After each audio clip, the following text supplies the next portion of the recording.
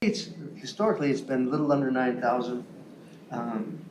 But then about a week, or maybe it's a little bit more, I was told that based on the last census, there's 1,855.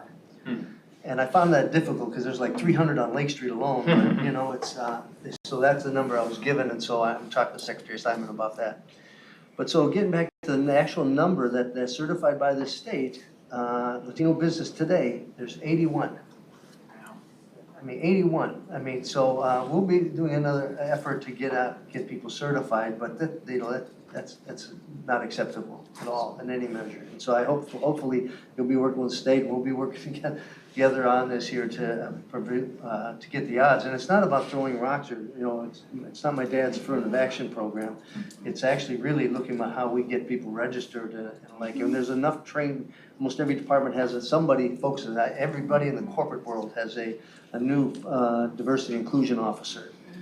So I think we really need to, with the resources are out there, the workers out there, we need to do a better job of contracting with Latino business, and that's probably true against most of the BIPOC community. I'm just right now focused on Hispanic Heritage Month.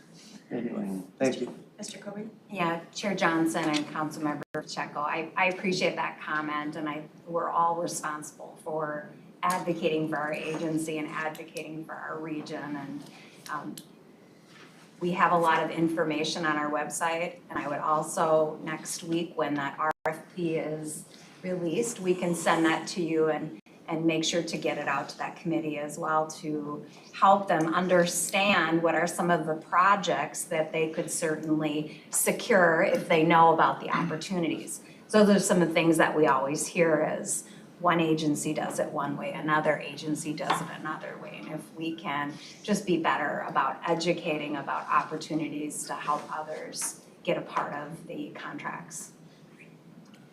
And I might just add to that, really thank you to the exceptional partnership of our colleagues in OEO. I really think in this RFP, we are trying several strategies to increase involvement from underrepresented businesses. And notably, maybe in some scenarios, we would just be seeking people who are already, registered, right?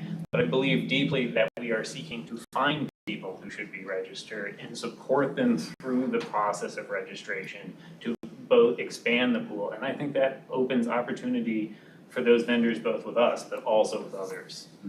Councilmember? Yeah, thank you, Madam Chair. And part of it is that, for me, is that when we get to this question, it is when we are in a hurry or we desperately need something, but the focus is on desperately needing a project or product, not the desperately needing to have a diverse workforce, period.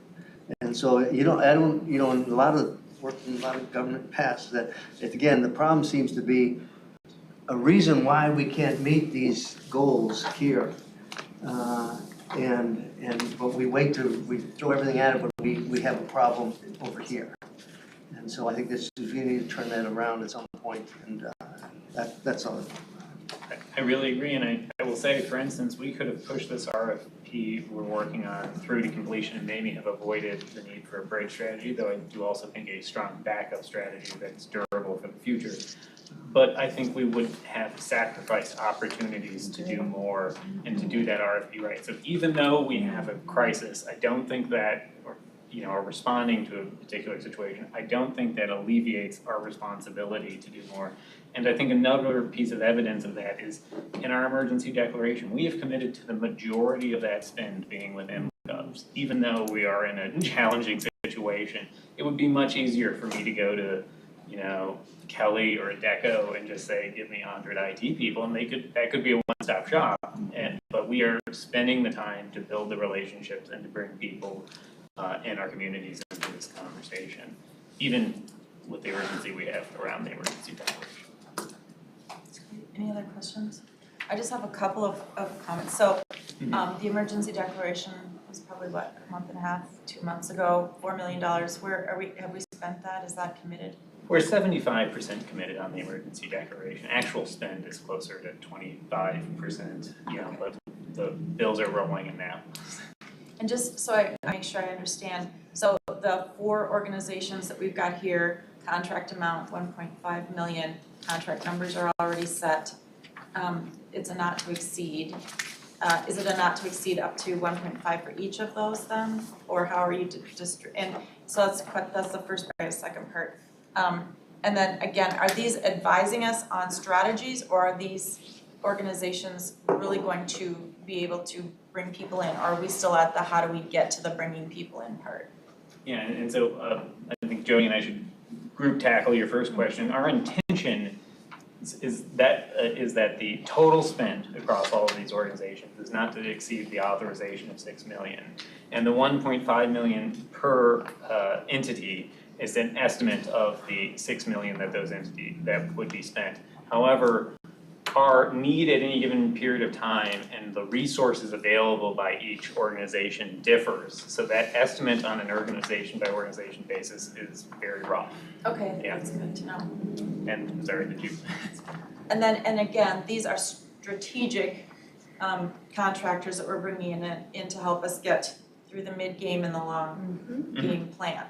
Correct. Okay, and I appreciate, I mean, so we're $10 million on rewriting the ship, so to speak, which, you know, we have to do. And I think to reorient and have, what's the word I want to use? Not aggressive, but I guess a solid plan that is very different from what we're doing, because it just clearly doesn't work. So I can support that. I also want to just mention, I think on the question that you asked, Councilmember Pacheco, what are we doing internally to make sure that, you know, all of our documents, the bureaucracy, that small business owners, regardless of what your background is, but certainly if English is not your first language, or maybe whatever, that we're looking at languages across the region, how are we making sure that our information translates very easily so that they can understand? Are we working on that?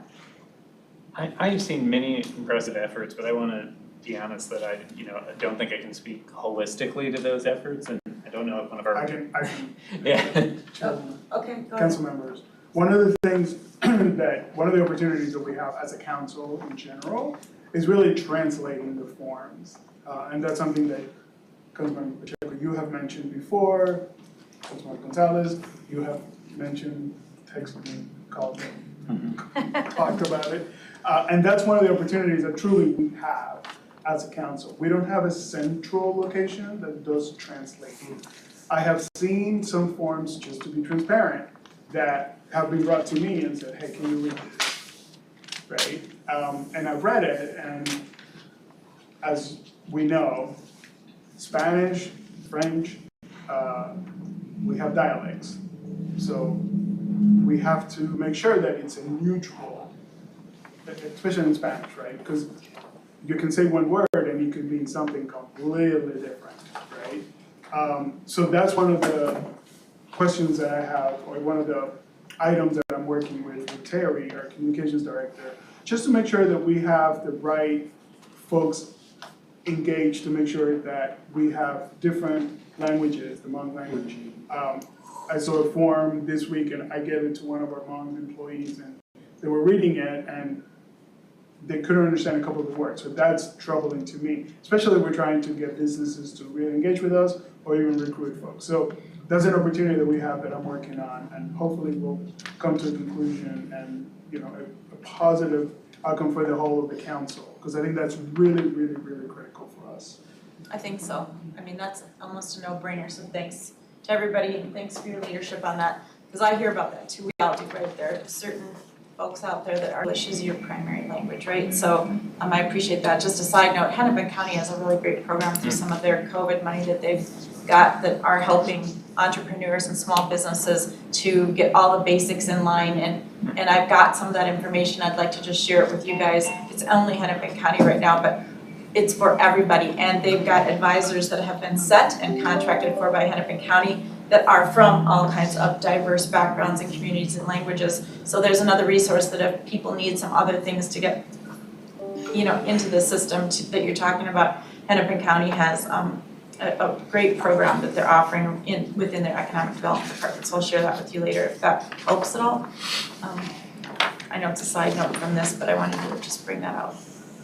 Thank you so much for sharing that. I mean, we really are seeking all opportunities we can to bring people into this pipeline. And if I may digress for just a moment, to something more intersectional to an earlier comment about, you know, we spent the 4 and the 6 and we're riding the ship. I completely agree with that characterization of the situation. I do feel compelled in acknowledgement of the extremely good work of my team to point out that our entire response to COVID and to the resignation has been absorbed and managed within our established budgets, and that we anticipate turning in coming in under budget this year as we did last year, and that we are proposing an increase in our future budget substantially less than our peers. Well under inflation, and IT inflation is much higher with the chip shortages and all these other complications. So I just want to emphasize that I feel like we're raising to these challenges while still being very conscious of our constituents' resources they give us. Really appreciate that. And I heard you use the word crisis and maybe pull back. Hey, it's okay, like we're in a moment here, so you guys are empowered to do this, you're the right people. We're all in it together, so I appreciate you bringing this forward, and just like everything, keep us posted on a regular basis. I'll work with George so that we can know how are we doing at certain intervals and how's the money being spent, and and just seeing what results we're getting for it, because we want to invest in this heavily, and yet we want results. So everybody that we're contracting with, get those results in writing, and let's hope it all happens. But we'd like to stay updated as much as possible. If that makes sense. So. All right, any other questions on this? All right, seeing none, do I have a motion then to approve my proposed action that we authorize the regional administrator to execute contracts listed in the item today for technology temporary staffing services for a total amount not to exceed $6 million.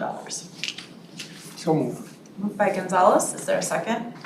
Second. Seconded by Barber. Any other questions, discussion? Seeing none, all those in favor say aye.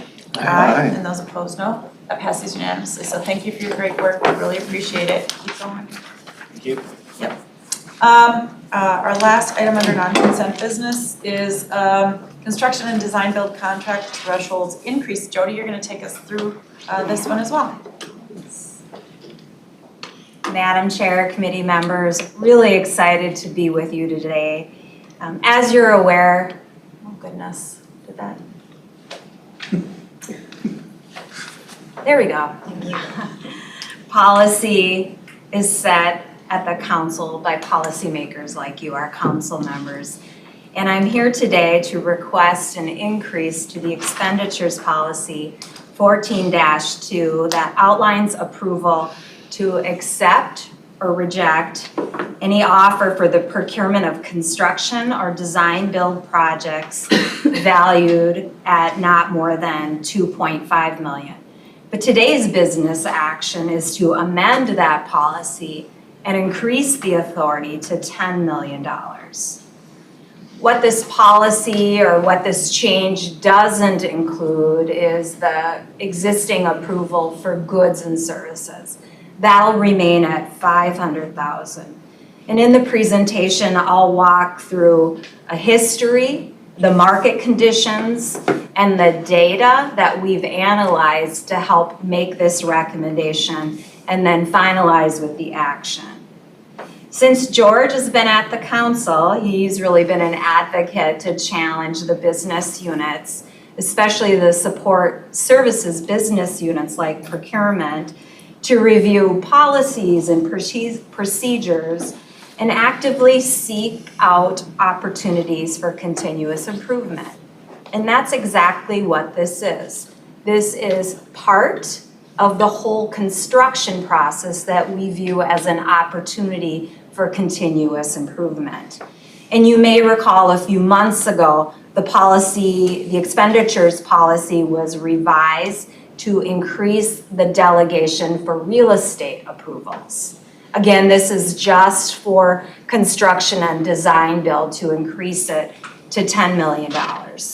This will not only help procurement, but it'll also help the business units and our contractors, including our DBE contractors and our MCUB contractors, move quicker from when they submit their bid to when the contract is executed. All right, so I'll walk through a little bit of the history The expenditures policy or the procurement policy for expenditures was approved in late 2013.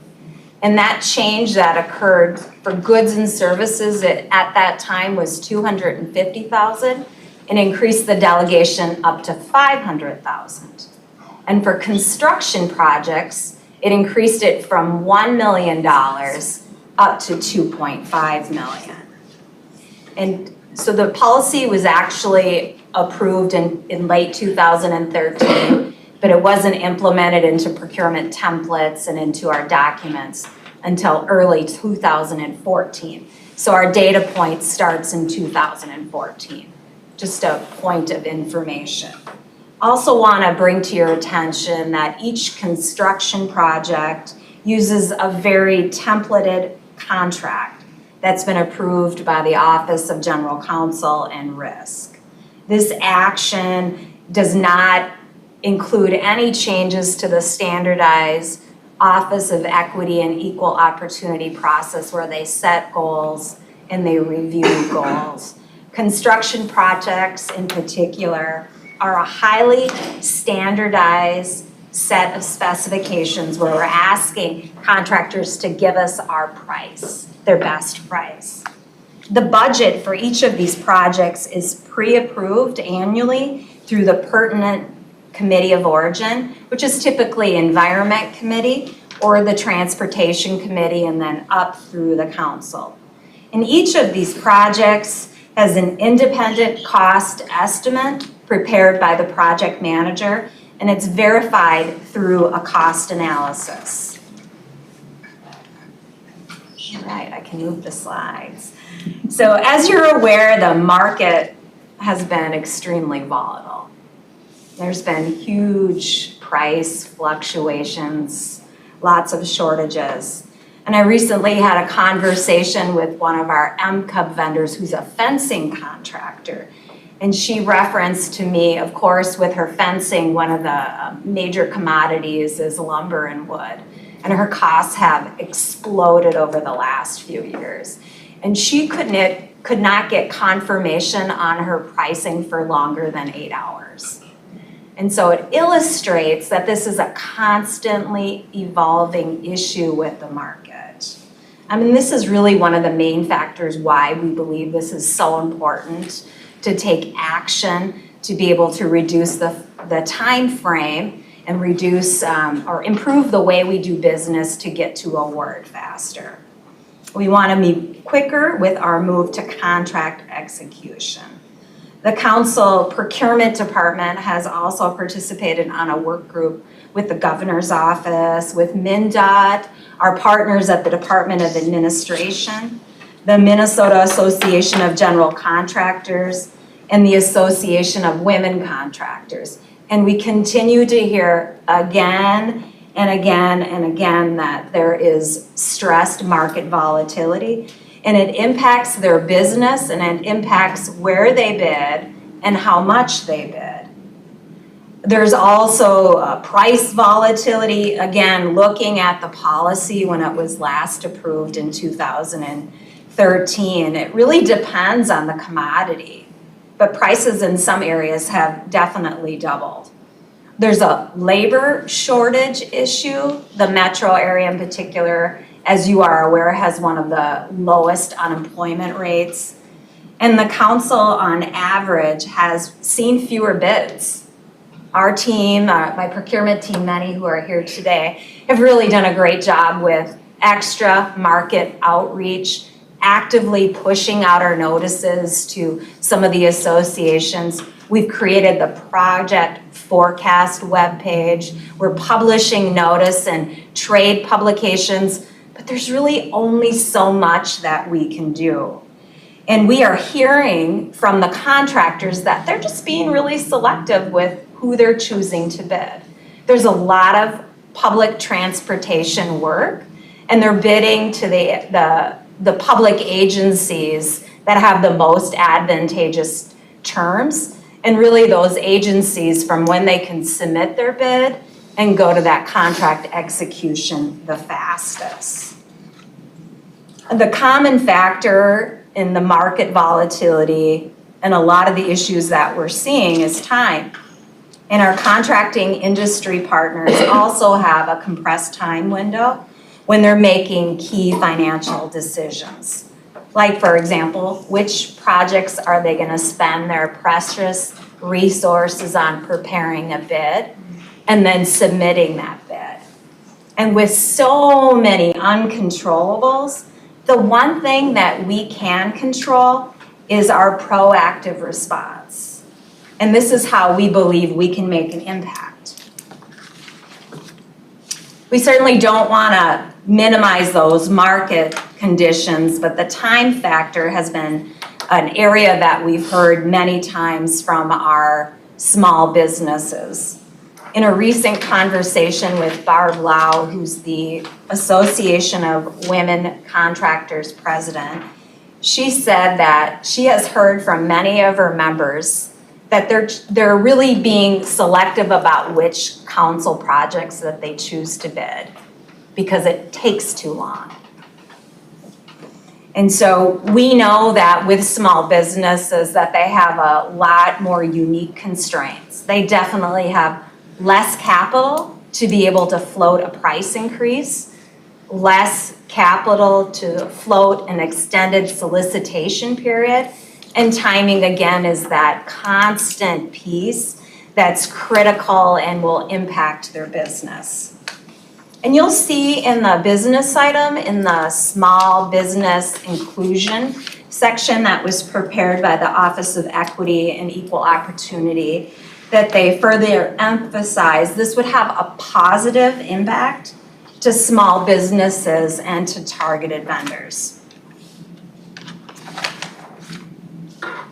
So here's how we'll do it.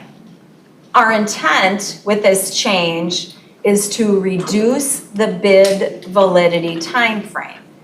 And what the bid validity is from the time when a contractor submits their bid.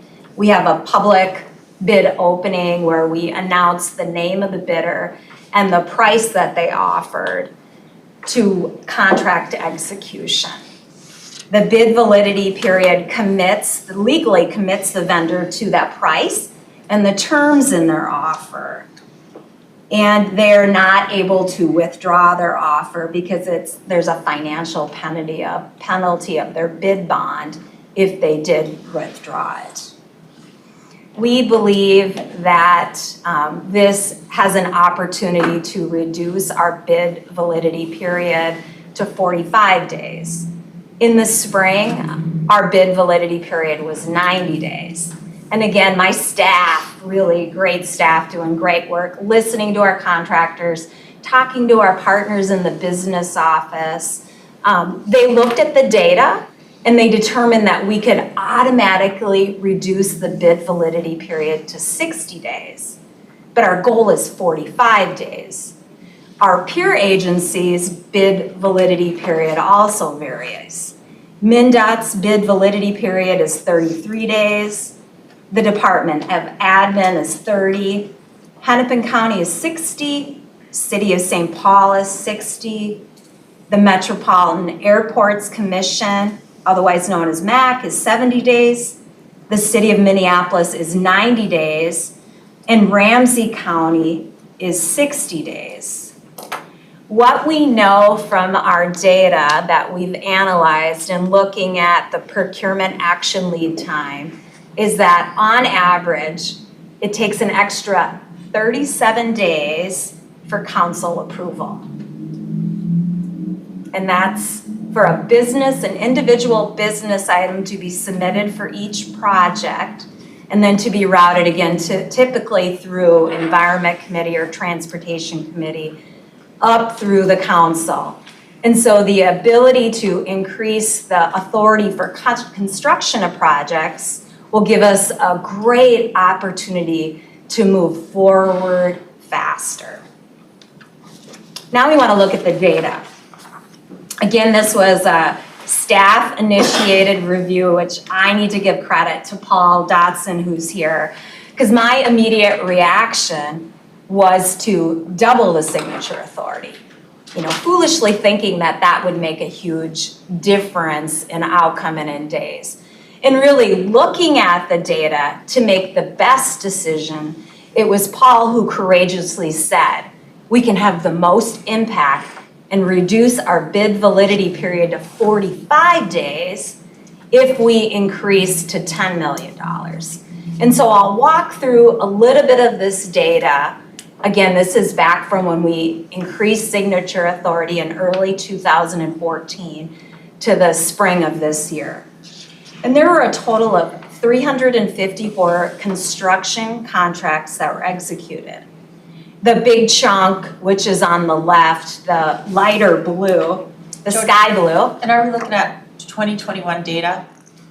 In this, I didn't know, what year was this data? Madam Chair and committee members, this is cumulative data of construction contracts only since 2014. Okay, got it, thank you.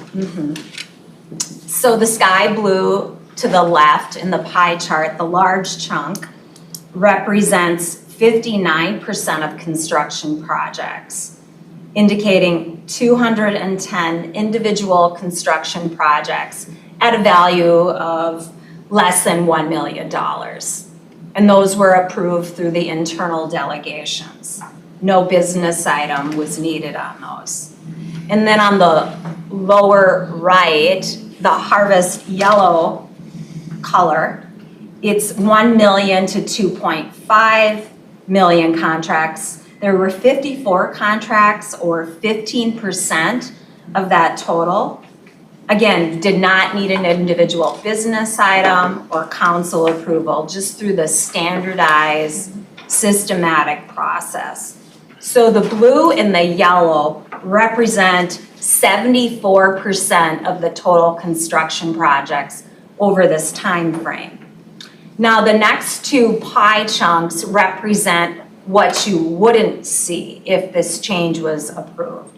The gray is the area of 2.5 to 5 million, and in this time frame there were a total of 25 contracts, or representing 7% of the total. Above that in the orange is 5 million to 10 million, representing a similar number, 24 contracts, or 7%. And the total of those two sections is cumulatively 49 contracts, or representing 14% of the whole. And that's where I really credit staff for looking at the data to really make a thoughtful, systematic change to make a difference.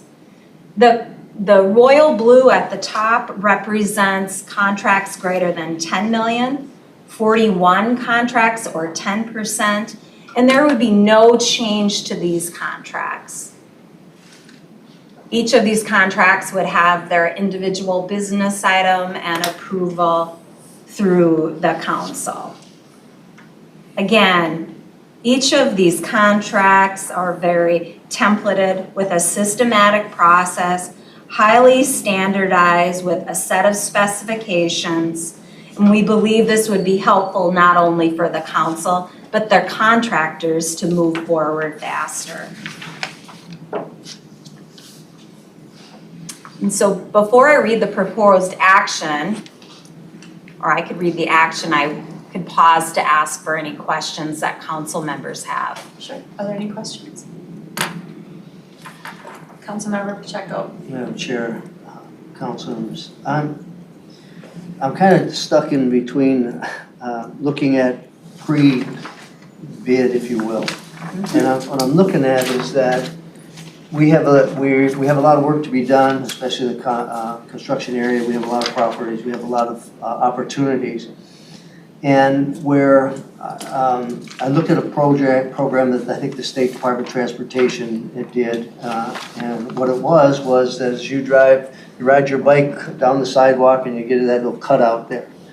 Rather than give a major contract to somebody, they broke up those cutouts. So Cruise Concrete can do that job. And I hear the same things you do about the difficulty of having the capacity. We don't have the bonding capacity. We don't have the, the bid capacities. John, I'm out there doing the work, so I don't have the back of the house. And so what does it take then for us to take a look at how many more contracts we could do and accomplish while supporting some of these small businesses in getting them done, either by just directly saying this is the capacity is what we're looking for this number, or looking at what if we're contracting with a major construction outfit, working with them to the possibility of them be the prime vendor and these are the smaller vendors, therefore helping them get through the bonding capacity and some other things that they're facing today. And so I just, so even before you let these contracts out, have we done an analysis of what is there a way that can be done that impacts the small businesses as well as get the construction done that you need? So I think we need to take a look at that in the future as far as the total capacity and what percentage it actually gets to the small business when we can choose either one. But anyway, it's something to think about. Jody, did you have a response for that? Yeah, Madam Chair, Councilmember Pacheco, what I can say is nothing happens in a vacuum.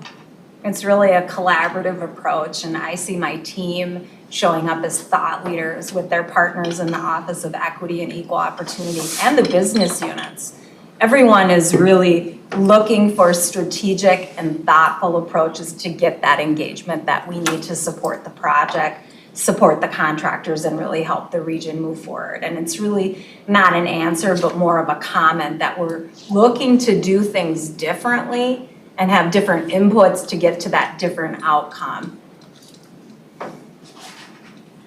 Okay, thank you, good point. Anything else on this item? Councilmember Gonzalez. Just a quick question, and I appreciate the detailed explanation as to why we needed to expedite and accelerate the process for the benefit of the vendors and also for reducing our red tape and all of that. For the benefit of folks that might be wondering about transparency and oversight by the council on our expenditures. I think that this makes a good case for the increase in the budget and the appropriation authority. I was just wondering about, like you said, Jody, that you were thinking about doubling from 2.5 to 5 million, and then the recommendation was made to go to 10.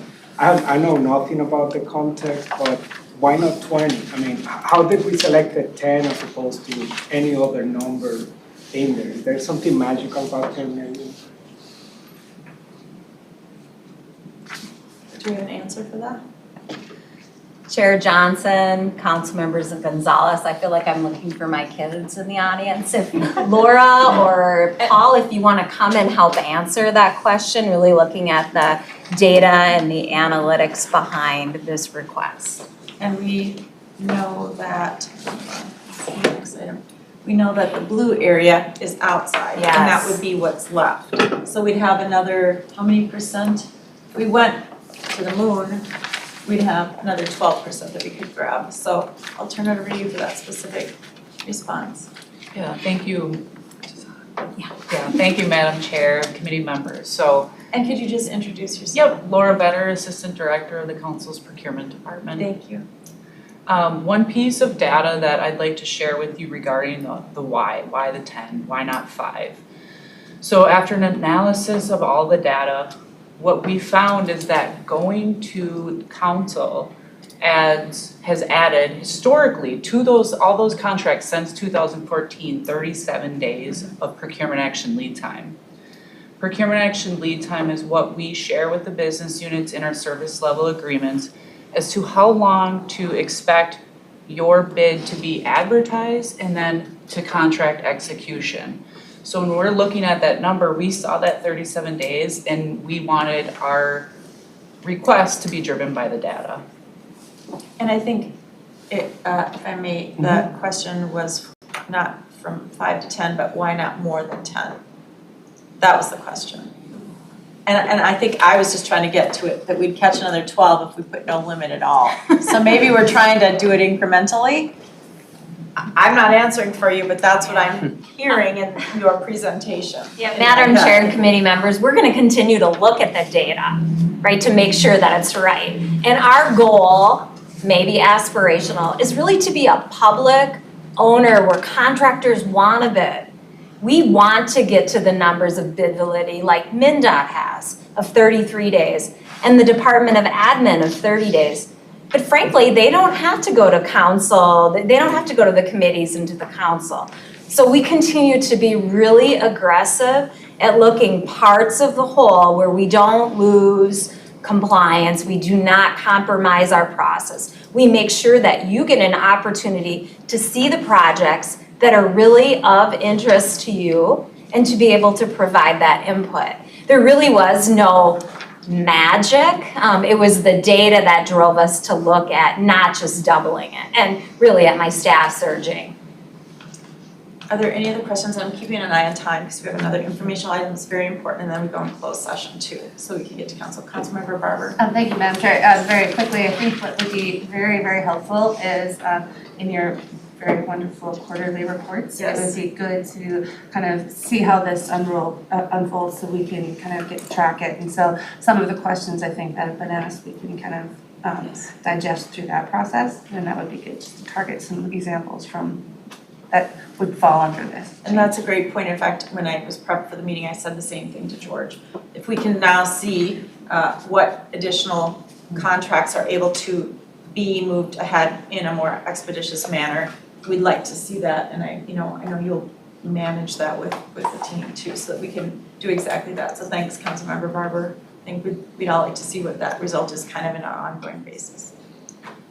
Okay, so no other discussion? Let's move to a motion if someone is so moved to make the motion.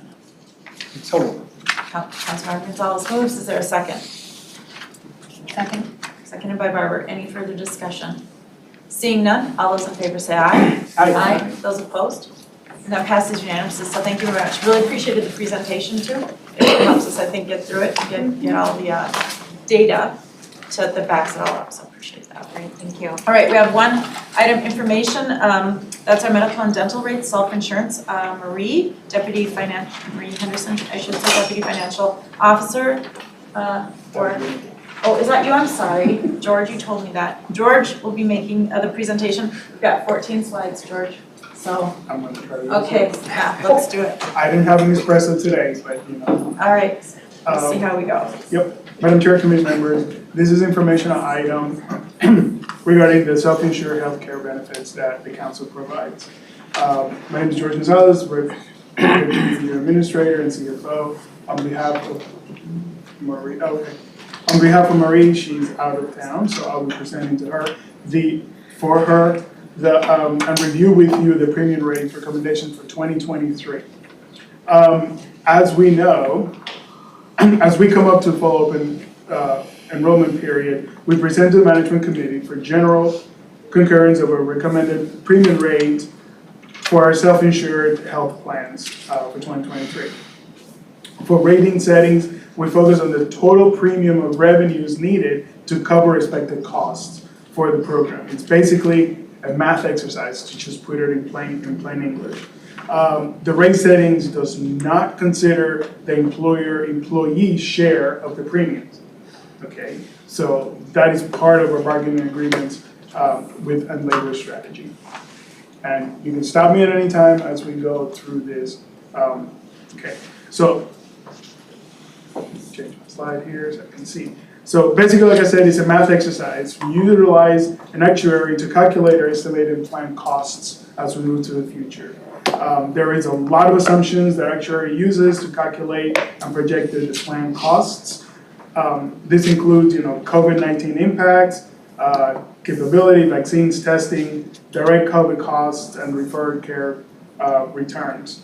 Claims experience over the last 24 months, that's taken into consideration medical claims, medical trend rates, pharmacy rates, plan expenditures, administrative costs, etc. And especially, as we talk about it, is the inflation as well, right? You hear that all the time. So claims, the actuaries utilize multiple experience periods to limit potential volatility in the rate projected for year over year. So the projected costs that needs to be funded by the premiums, it's $83.4 million, and that's an increase of $3.4 million from this year, from 2022. So the projected cost is to be covered by the expected enrollment. It's 75.6 million, which is a decrease of 0.6. Yes, ma'am. Madam Chair? Okay. Thank you. Sorry. Thank you, Madam Chair. Quick question. I'm curious when they were doing the calculations, how they factored in the impact of COVID, both on healthcare expenses and on the actual healthcare costs, because there's definitely been increases because of that. And how is that adjusted?